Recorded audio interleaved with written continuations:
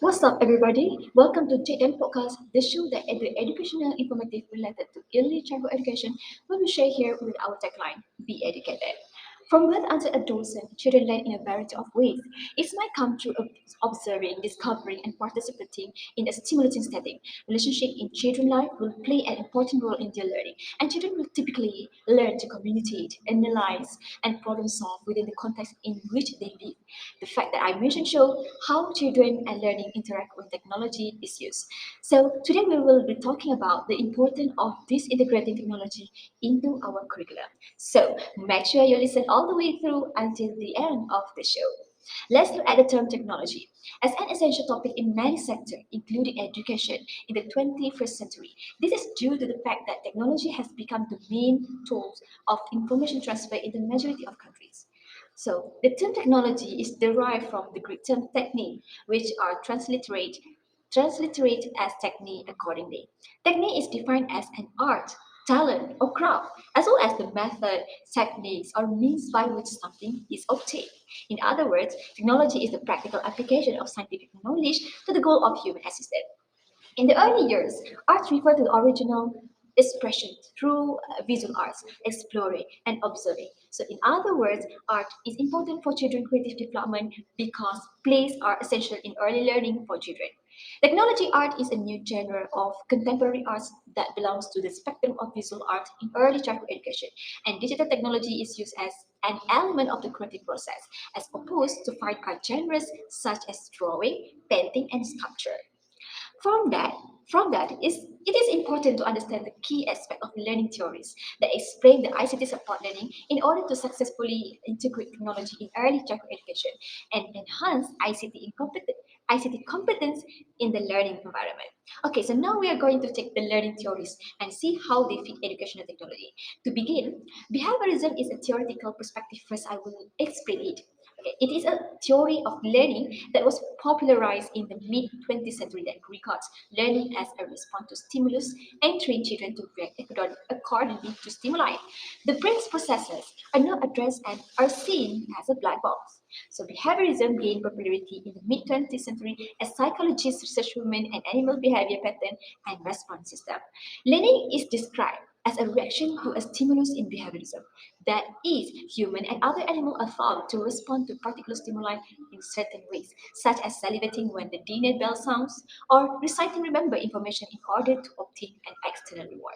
So teaching and learning then is a process of conditioning students to respond appropriately to stimuli, and technology can help enhance this training by supporting incentive to learning, such as games or other rewards, or by providing system to efficiently develop stimulus response conditioning, such as drill and kill practices. So for behaviorism, they will have students watch YouTube videos or other media venues to learn their new material that the student will do a task and receive a grade.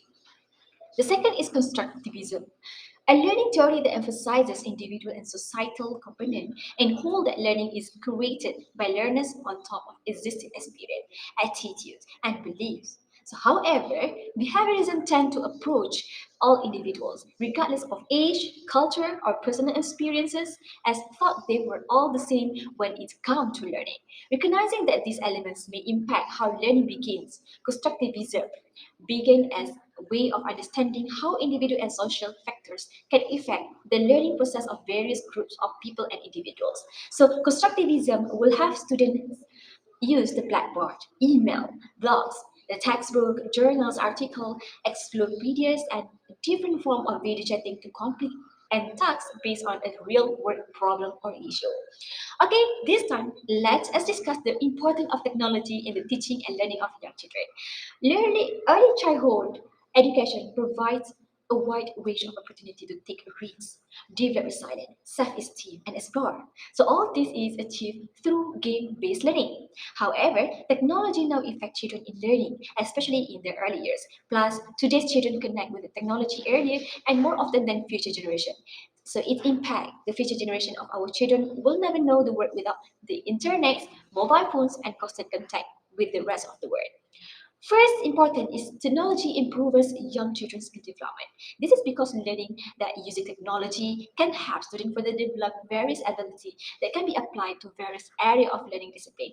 For example, using a camera to discover the natural world can be expanded to include mathematical and research ability. So this brings opportunity and teachers concept using technology to answer questions while allowing children to get creative by shooting image. So in addition, they have been exposed to many technological tools in the early year. So the question is, what can they do with digital arts program on computer? What can they write, investigate, and read? So learning to use technology has suddenly become more interesting. Okay, secondly, we know that technology does not only encourage social interaction. So here are the second points of importance of technology in teaching and learning of young children. Technology encourages children to have engagement and imagination. It encourages children to be more actively involved in the classroom in teaching and learning. So interactive games encourage children to perform tasks for short-term and long-term goals, as well as develop logical reasoning. So for example, online games encourage task completion for short-term goals, such as completing levels in a computer games or achieving a better score, an important aspect of improving mathematics and logical thinking ability. Passing to the next level in the game might motivate children to inquire about what the next step is in a game or in having a new skill, and therefore support with the perseverance. So, in fact, that the internet will expose children to viewpoints, cultures, and worldviews that they will not otherwise be exposed to, allowing them to better sympathize with others. Okay, in this podcast, I will look at two techniques only for incorporating technology into the curriculum. So, to be clear, I do not believe that technology can solve all of the problem in our educational system today, but I do believe that it can help us with engagement, connecting with the families, helping a student find their voice, better preparing students for the future, and inspiring students to discover new talent and interests, as well as potential career that they would like. So the usage of digital classroom is the first technique for incorporating technology into the curriculum. Teachers can use digital classroom systems such as Google Classroom and Schoology to manage materials, resources, and assignment like a task. But for example, they employ smartboard as interactive whiteboards, allowing students to come up to the front and digitally draw or write on the picture in class. But more crucially, digital classroom make class content more accessible. Yeah, accessible. So the day of children claiming that they are unable to work because they have misplaced and tasks are long gone. If you publish it to Google Classroom, it will be visible to everyone. So you may publish more than just tasks. You can also share Google Slide lesson plan so that student can review the lesson plan that you presented. In a digital classroom, you can also have a student discuss issue and thanks to the digital classroom because parents can see what you are doing in class. The second strategy used in integrating technology is for auditory and visual learner. The use of technology during whole class education can increase student engagement. Using classroom tablet to integrate basic technology. Teachers can use technology to differentiate the lesson throughout. During tasks, students can work at their own pace and teacher can provide one-on-one guidance. In fact, technology may be utilized to help children develop basic skills that will prepare them for future self-directed learning. Interactive games can help students improve their mathematics, spelling, phonetic, and reading abilities. This is example. Students and teachers may submit their own word list to a site like a spelling training site to improve word pronunciation and build interactive games. So that brings us to the end of this podcast. As always, thank you all for giving me your ears to this informative podcast discussion on the importance of this integrating technology into our curriculum.